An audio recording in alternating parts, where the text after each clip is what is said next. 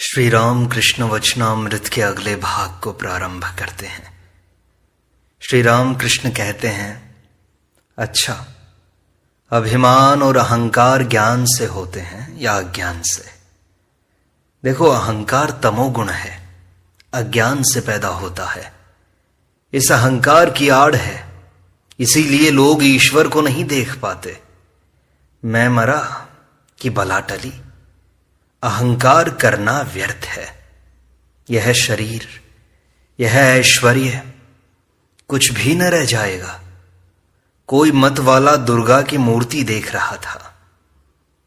प्रतिमा की सजावट देखकर उसने कहा, चाहे जितना बनो ठनो, एक दिन लोग तुम्हें घसीट कर गंगा में डाल देंगे। इसीलिए सबसे कह रहा हूं, जज हो जाओ चाहे जो हो जाओ, सब कुछ 2 दिन के लिए है। इसीलिए अभिमान और अहंकार का त्याग करना चाहिए। सत्व, रज और तम, इन तीनों गुणों का स्वभाव अलग अलग है। तमोगुण वालों के लक्षण हैं अहंकार, निद्रा, अधिक भोजन, काम, क्रोध आदि। रजोगुणी अधिक काम समेटते हैं, कपड़े साफ सुथरे, घर चकाचक, बैठक खाने में रानी की तस्वीर। जब ईश्वर की चिंता करता है तब रेशमी धोती पहनता है, गले में रुद्राक्ष की माला है, उसमें कहीं कहीं सोने के दाने पड़े रहते हैं। अगर कोई उसका ठाकुर मंदिर देखने के लिए जाता है तो साथ जाकर दिखाता है और कहता है, इधर आइए, अभी और देखने को है। सफेद पत्थर, संगमरमर इत्यादि की जमीन है, 16 द्वारों का सभा मंडप है और आदमियों को दिखलाकर दान देता है।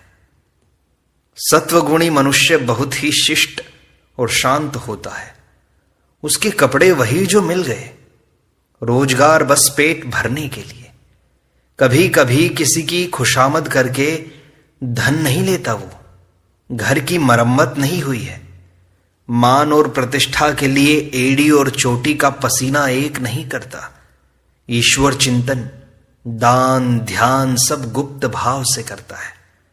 लोगों को खबर नहीं होती, मस हरि के भीतर ध्यान करता है। लोग सोचते हैं रात को बाबू की आंख नहीं लगी, इसीलिए देर से सो रहे हैं। सत्वगुण अंत की सीढ़ी है, उसके आगे ही छत है। सत्वगुण के आने पर ईश्वर प्राप्ति में फिर देर नहीं होती। जरा सा और बढ़ने से ही ईश्वर मिलते हैं। तुमने कहा था सब आदमी बराबर हैं। देखो, अलग अलग प्रकृति के कितने मनुष्य हैं, और भी कितने ही दर्जे हैं। नित्य जीव, मुक्त जीव, मुमुक्षु जीव, बद्ध जीव, अनेक तरह के आदमी हैं। नारद, शुकदेव इत्यादि नित्य जीव हैं। जैसे स्टीम बोट, वो खुद भी पार जाता है और बड़े बड़े जीवों को, हाथियों को भी ले जाता है। नित्य जीव नायबों की तरह है। एक स्थान का शासन कर दूसरे का शासन करने के लिए जाते हैं। मुमुक्षु जीव संसार के जाल से मुक्त होने के लिए व्याकुल होकर जान तक की बाजी लगाकर परिश्रम करते हैं। इनमें से एक ही 2 जाल से निकल सकते हैं, वे ही मुक्त जीव हैं। नित्य जीव एक चालाक मछली की तरह है, वे कभी जाल में नहीं पड़ते हैं। परंतु जो बद्ध जीव हैं, संसारी जीव हैं, उन्हें होश नहीं रहता। वे जाल में तो पड़े हुए हैं, परंतु यह ज्ञान नहीं है कि हम जाल में फंसे हैं। सामने भगवत प्रसंग देखकर ये लोग वहां से उठकर चले जाते हैं। कहते हैं, मरने के समय राम नाम लिया जाएगा, अभी इतनी जल्दी क्या है। फिर मृत्यु शैया पर पड़े हुए अपनी स्त्री या लड़के से कहते हैं, दीपक में कई बत्तियां क्यों लगाई गई हैं, एक बत्ती लगाओ। मुफ्त में तेल जला रहे हो। और अपनी पत्नी और बच्चों की याद कर कर के रोते हैं। कहते हैं हाय मैं मरूंगा तो इनका क्या होगा। बद्ध जीव जिससे इतनी तकलीफ पाता है वही काम फिर करता है। जैसे कंटीली डालियां चबाते हुए ऊंट के मुख से धर-धर खून बहने लगता है, परंतु वह कटीली डालियों को खाना फिर भी नहीं छोड़ता। इधर लड़का मर गया है, शोक से विफल हो रहा है, फिर भी हर साल बच्चों की पैदाइश में घाटा नहीं होता। लड़की के विवाह में सिर के बाल भी बिक गए, परंतु हर साल लड़के और लड़कियों की हाजिरी में कमी नहीं होती। कहता है क्या करूं, भाग्य में ही ऐसा था। अगर तीर्थ करने के लिए जाता है तो स्वयं कभी ईश्वर की चिंता नहीं करता, न समय मिलता है। समय तो पत्नी की पोटली ढोते ढोते पार हो जाता है। ठाकुर मंदिर में जाकर बच्चों को चरणामृत पिलाने और देवता के सामने लोट पोट कराने में ही व्यस्त रहता है। बद्ध जीव अपने और अपने परिवार के पेट पालने के लिए ही दासत्व करता है और झूठ, वंचना एवं खुशामद करके धनोपार्जन करता है।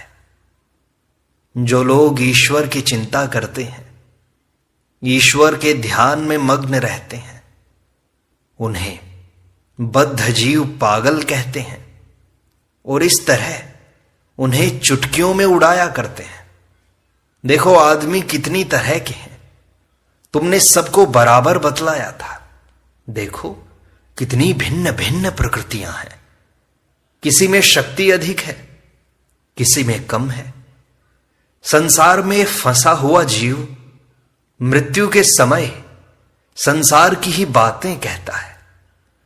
बाहर माला जपने, गंगा नहाने और तीर्थ जाने से क्या होता है। संसार की आसक्ति के रहने पर मृत्यु के समय वह दिखाई पड़ती है। न जाने कितनी वाहियात बातें बकता रहता है। कभी कभी सन्निपात में हल्दी, मसाला, धनिया कहकर चिल्ला उठता है। तोता जब भला चंगा रहता है तब राम राम कहता है, जब बिल्ली पकड़ती है तो अपनी बोली में टें टें करता है। गीता में लिखा है मृत्यु के समय जो सोचोगे दूसरे जन्म में वही हो जाओगे। राजा भरत ने हरिण हरिण कहकर देह छोड़ी थी, दूसरे जन्म में वे हरिण ही हो गए थे। ईश्वर की चिंता करके देह का त्याग करने पर ईश्वर की प्राप्ति होती है, फिर इस संसार में नहीं आना पड़ता। भक्त कहता है महाराज, किसी ने दूसरे समय में ईश्वर की चिंता की है परंतु मृत्यु के समय नहीं कर सका, तो क्या फिर उसे इस दुखमय संसार में आना होगा। पहले तो उसने ईश्वर की चिंता की थी ना। श्री राम कृष्ण कहते हैं जीव ईश्वर की चिंता तो करता है परंतु ईश्वर पर उसका विश्वास नहीं है, इसलिए फिर भूलकर संसार में फंस जाता है। जैसे हाथी को बार बार नहलाने पर भी वह फिर देह पर धूल फेंक लेता है, उसी तरह मन भी मतवाला है, परंतु हाथी को नहलाकर ही अगर उसके स्थान में बांधे रखो तो फिर वह अपने ऊपर धूल नहीं डाल सकेगा। अगर मृत्यु के समय जीव ईश्वर की चिंता करता है तो उसका मन शुद्ध हो जाता है। वह मन फिर कामिनी कांचन में फंसने का अवसर नहीं पाता। ईश्वर पर विश्वास नहीं है, इसीलिए इतने कर्मों का भोग करना पड़ता है। लोग कहते हैं जब तुम गंगा नहाने जाते हो तब तुम्हारे शरीर के पाप किनारे के पेड़ पर बैठ जाते हैं। तुम गंगा नहाकर निकले नहीं कि वे पाप फिर तुम्हारे सिर पर सवार हो जाते हैं। देह त्याग के समय जिससे ईश्वर की चिंता हो उसी के लिए पहले से उपाय किया जाता है। उपाय है अभ्यास योग। ईश्वर चिंतन का अभ्यास करने पर अंतिम दिन भी उसकी याद आएगी। भक्त कहता है बड़ी अच्छी बातें हैं महाराज, बड़ी सुंदर बातें हैं। श्री राम कृष्ण कहते हैं कैसी बेसिर पैर की बातें मैं बक गया, परंतु मेरा भाव क्या है जानते हो? मैं यंत्र हूं, वे यंत्री हैं। मैं गृह हूं, वे गृही हैं। मैं गाड़ी हूं, वे इंजीनियर हैं। मैं रथ हूं, वे रथी हैं। जैसा चलाते हैं वैसा चलता हूं, जैसा कराते हैं वैसा करता हूं। अगले दिन एक भक्त श्री राम कृष्ण से पूछते हैं, ब्रह्म अगर मां है तो वे साकार हैं या निराकार? श्री राम कृष्ण कहते हैं, जो ब्रह्म है वही काली भी है। जब निष्क्रिय हैं तब उन्हें ब्रह्म कहते हैं। जब सृष्टि स्थिति प्रलय यह सब काम करते हैं तब उन्हें शक्ति कहते हैं। स्थिर जल से ब्रह्म की उपमा हो सकती है। पानी जब हिलता डुलता है तब वह शक्ति की, काली की उपमा है। काली वे हैं जो महाकाल के साथ रमण करती हैं। काली साकार भी हैं और निराकार भी। तुम लोग अगर निराकार पर विश्वास करते हो तो काली का उसी रूप में ध्यान करो। एक को मजबूती से पकड़कर उनकी चिंता करने से वे ही समझा देती हैं कि वे कैसी हैं। श्याम पुकुर पहुंचने पर तेली पाड़ा भी जाने लगोगे, तब तुम समझ जाओगे कि ईश्वर हैं। यही नहीं बल्कि वे तुम्हारे पास आकर तुमसे बोलेंगे, बातचीत करेंगे, जैसे मैं तुमसे बोल रहा हूं। विश्वास करो, सब हो जाएगा। एक बात और है, तुम्हें अगर निराकार पर विश्वास हो तो उसी विश्वास को दृढ़ करो, परंतु कट्टर मत बनो। उनके संबंध में जोर देकर ऐसा न कहना कि वे यह हो सकते हैं, यह नहीं। कहो मेरा विश्वास है वे निराकार हैं। वे और क्या क्या हो सकते हैं, अब ये तो वही जाने। मैं नहीं जानता, न मेरी समझ में ये बात आती है। आदमी की छटाक भर बुद्धि से क्या ईश्वर की बात समझी जा सकती है? जरा सोचो तो। सेर भर के लोटे में क्या 4 सेर दूध समाता है कभी? वे अगर कृपा करके दर्शन भी दें और समझाएं तो समझ में आता है, नहीं तो नहीं आएगा। जो ब्रह्म है वही शक्ति है, वही मां है। राम प्रसाद कहते हैं, मैं जिस सत्य की तलाश कर रहा हूं वे ब्रह्म हैं। उन्हें ही मैं मां कहकर पुकारता हूं। इसी बात को राम प्रसाद ने एक जगह और दोहराया है। काली को ब्रह्म जानकर मैंने धर्म और अधर्म दोनों का त्याग कर दिया है। अधर्म है असत कर्म, धर्म है वैधि कर्म। इतना दान करना होगा, इतने ब्राह्मणों को खिलाना है, यह सब धर्म है। भक्त पूछता है, महाराज धर्म और अधर्म का त्याग करने पर बाकी क्या रहता है? श्री राम कृष्ण कहते हैं, शुद्धा भक्ति। मैंने मां से कहा था, मां यह लो अपना धर्म, यह लो अपना अधर्म, मुझे तो बस शुद्धा भक्ति दो। यह लो अपना पुण्य, यह लो अपना पाप, मुझे तो शुद्धा भक्ति दो। यह लो अपना ज्ञान, यह लो अपना अज्ञान, मुझे तो बस शुद्धा भक्ति दो। देखो ज्ञान भी मैंने नहीं चाहा, मैंने लोक सम्मान भी नहीं चाहा। धर्मा धर्म का त्याग करने पर शुद्धा भक्ति, अमला, निष्काम, अहेतु की भक्ति बाकी रहती है। भक्त पूछता है, उनमें और उनकी शक्ति में क्या भेद है महाराज? श्री रामकृष्ण कहते हैं, पूर्ण होने के बाद दोनों अभेद हैं। जैसे मणि की ज्योति और मणि अभेद हैं। मणि की ज्योति की चिंता करने से ही मणि की चिंता की जाती है। दूध और दूध की धवलता जैसे अभेद है। एक को सोचिए तो दूसरे को भी सोचना पड़ता है, परंतु यह अभेद ज्ञान पूर्ण ज्ञान के बिना हुए नहीं होता। पूर्ण ज्ञान से समाधि होती है, तब मनुष्य 24 तत्वों को पार कर जाता है। इसलिए अहम तत्व नहीं रह जाता। समाधि में कैसा अनुभव होता है यह कहा नहीं जा सकता। उतरकर कुछ आभास मिलता है वही कहा जा सकता है बस। समाधि टूटने के बाद जब मैं ओम ओम कहता हूं तब समझो कि मैं कम से कम 100 हाथ नीचे उतर आया हूं। ब्रह्म वेद और विधियों से परे हैं, वे वाणी में नहीं आते, वहां मैं तुम नहीं है। जब तक मैं और तुम ये भाव हैं तब मैं प्रार्थना कर रहा हूं या ध्यान कर रहा हूं, यह भी ज्ञान है। और तुम प्रार्थना सुनते हो, यह भी ज्ञान है। और उस समय ईश्वर के व्यक्तित्व का भी बोध है। तुम प्रभु हो, मैं दास। तुम पूर्ण हो, मैं अंश। तुम मां हो, मैं पुत्र। यह बोध भी रहेगा। यह भेद बोध है। मैं एक अलग हूं और तुम अलग।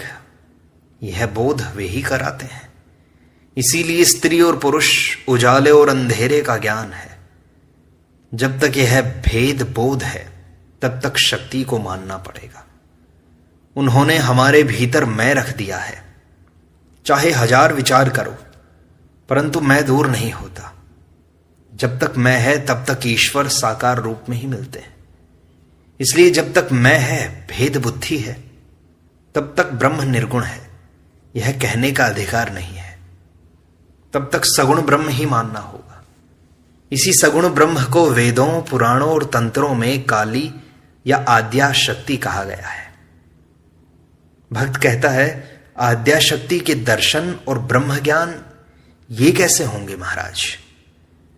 श्री रामकृष्ण कहते हैं, हृदय के विकल होने पर उनसे प्रार्थना करो, रो, चित्त शुद्ध हो जाएगा।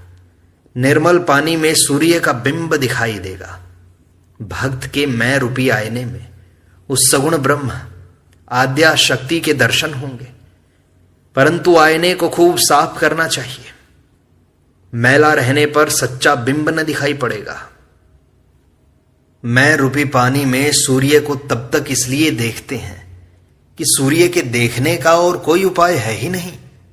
और प्रतिबिंब सूर्य को छोड़ यथार्थ सूर्य के देखने का जब तक कोई दूसरा उपाय नहीं मिलता, तब तक वह प्रतिबिंब सूर्य ही 16 आने सत्य है। जब तक मैं सत्य है, तब तक प्रतिबिंब सूर्य भी 16 आने सत्य है। वही प्रतिबिंब सूर्य आद्या शक्ति है। यदि ब्रह्म ज्ञान चाहते हो तो उसी प्रतिबिंब सूर्य को पकड़कर सत्य सूर्य की ओर जाओ। उस सगुण ब्रह्म से जो प्रार्थनाएं सुनते हैं, कहो, वे ही ब्रह्म ज्ञान देंगे। क्योंकि जो सगुण ब्रह्म है वे ही निर्गुण ब्रह्म भी हैं। जो शक्ति है वे ही ब्रह्म भी हैं। पूर्ण ज्ञान के बाद दोनों अभेद हो जाते हैं। मां ब्रह्म ज्ञान भी देती है, परंतु शुद्ध भक्त कभी ब्रह्म ज्ञान नहीं चाहता। एक और मार्ग है ज्ञान योग, परंतु बड़ा कठिन है। जो लोग ज्ञानी हैं उन्हें विश्वास है कि ब्रह्म सत्य है और संसार मिथ्या है, स्वप्नवत है। वे अंतर्यामी हैं।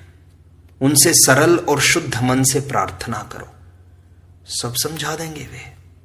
अहंकार छोड़कर उनकी शरण में जाओ, सब पा जाओगे। यह बात कहकर श्री राम कृष्ण गाने लगे, हे मन, अपने ही में रहो, किसी दूसरे के घर न जाओ। जो कुछ चाहोगे वह बैठे हुए ही पाओगे। अपने अंतःपुर में जरा खोजो तो सही, वह पारस पत्थर परम धन है। जो कुछ चाहोगे वह तुम्हें दे सकता है।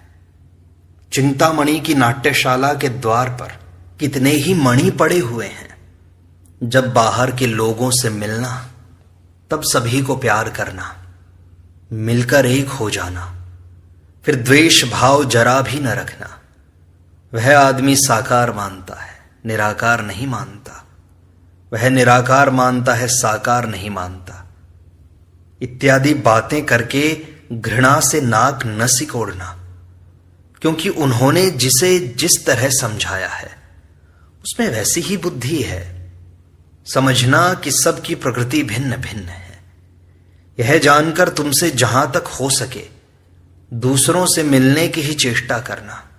उन्हें प्यार करना, फिर अपने घर में शांति और आनंद का भोग करो।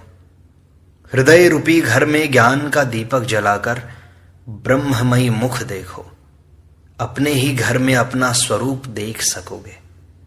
चरवाहे जब गौओं को चराने के लिए ले जाते हैं, तब चरागाह में सब गौएं एक में मिल जाती हैं। जब शाम के समय अपने घर में जाती हैं, तब फिर सब अलग अलग हो जाती हैं। इसीलिए मैं कहता हूं, अपने घर में अपने आप में ही रहो। प्रेम यह है, ईश्वर पर ऐसा प्यार होगा कि संसार के अस्तित्व का होश नहीं रह जाएगा। साथ ही अपनी देह भी जो इतनी प्यारी वस्तु है, भूली जाएगी। प्रेम तो चैतन्य देव को हुआ था।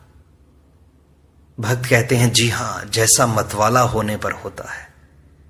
श्री राम कृष्ण कहते हैं, अच्छा जी, किसी को भक्ति होती है, किसी को नहीं, तुम समझाओ कि इसका क्या अर्थ है। भक्त कहते हैं कि ईश्वर में वैषम्य नहीं है, विकल्प तरु हैं। जो कुछ चाहता है वह वही पाता है, परंतु कल्प तरु के पास जाकर मांगना चाहिए। फिर रामकृष्ण समझाते हैं कि कुछ साधना की आवश्यकता होती है। साधना करते ही करते आनंद मिलने लगता है।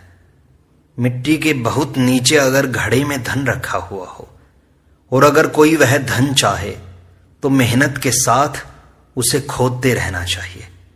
सिर से पसीना टपकता है, परंतु बहुत कुछ खोदने पर घड़े में जब कुदार लगकर ठनकार होती है, तब आनंद भी खूब मिलता है। जितनी ही ठनकार होती है, उतना ही आनंद बढ़ता है। राम को पुकारते जाओ, प्रभु को पुकारते जाओ, उनकी चिंता करो, वे सब कुछ ठीक कर देंगे। उन्हें सब कुछ सौंप दो, वे सब कुछ ठीक कर देंगे।